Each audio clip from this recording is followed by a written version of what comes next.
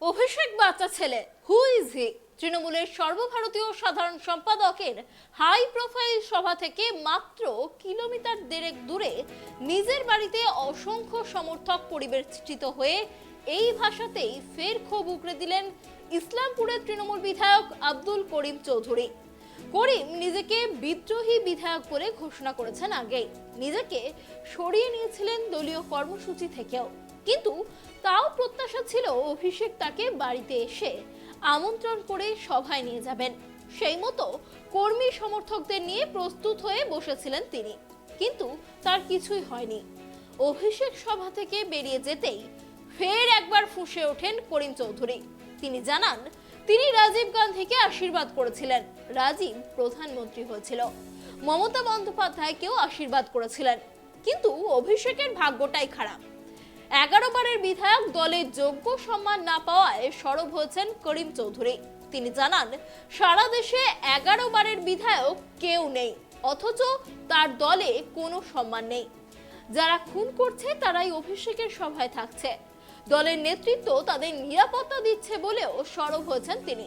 তবে দলের নাম্বার 2 এর বিরুদ্ধে ক্ষোভ উগরে দিলেও তিনি দলে থাকবেন কিনা সেই প্রশ্নে ধোঁয়াশাই বজায় রেখেছেন আব্দুল করিম চৌধুরী।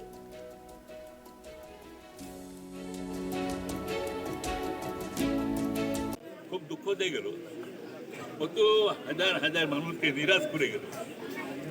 ওর কথা উনি করতে দেননি যে উনি আসবেন না, কোথাও আমরা পাই না, কিন্তু পুলিশের অ্যারেঞ্জমেন্ট ব্যবস্থা রেখেছিল যে উনি সবাই বলছে আসতেছে। ওই দেখে আমিও তারা কিছু খরচা করে আমি রেড কার্পেট ওয়েলকামের ব্যবস্থা করলাম। রেড কার্পেট ওয়েলকাম ব্যবস্থা দেখলাম, হাজার হাজার হাজার লোক, কিন্তু লোকটা আসলো না। আমাদের সকলকে দুঃখ দিয়ে গেল, সকলের মন ভেঙে গেল।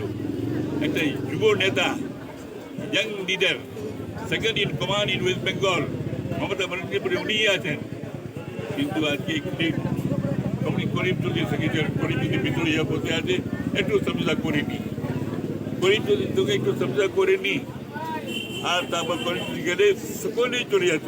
কিন্তু আজকে এখানে দেখছেন কত হাজার লোক বসে আছে, যেতে পারলো না। এই জন্যে এখানে যারাই এসেছে আমার কাছে, আমার আশীর্বাদ মমতা ব্যানার্জিও নিয়েছে, আমার আশীর্বাদ রাজীব গান্ধীও নিয়েছিল, আমরা যে জায়গা বলছো আমি যা যা বলছিলাম তা হয়েছিল। আমি বলছি যে দাস মুন্সি আমার হাতটা ধরে মাথায় রাখো, দাস মুন্সি আমার হাতে মারা রাখো, করিম আপনি তুমি আমার মাথায় হাত ধরে রাখো। মমতা ব্যানার্জি বরাবর আমাকে বলে, করিম দা আপনি সম্মানীয় ব্যক্তি, করিম দা আপনাকে বরাবর করিম দাই বলে যাবো, আপনাকে সম্মান দিয়ে যাব।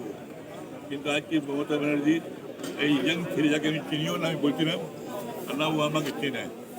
এই জন্য আজকে ওরা প্রমাণ করে দিল যে লোকটা আমাকে ঠিকই চিনে না, কি জানে না। এই জন্যে এই আমার যে একটা আশীর্বাদ, একটা 11 বারের MLA, অ্যাবাউট 78 years old আমি, আমার এইরকম চলছে, সেইখানে যায় আমার আশীর্বাদ থাকে। উনি কি বলছেন ওনাকে, সেই মুক্ত থেকে আশীর্বাদ থেকে আমার কি বলছেন এটাকে, বঞ্চিত।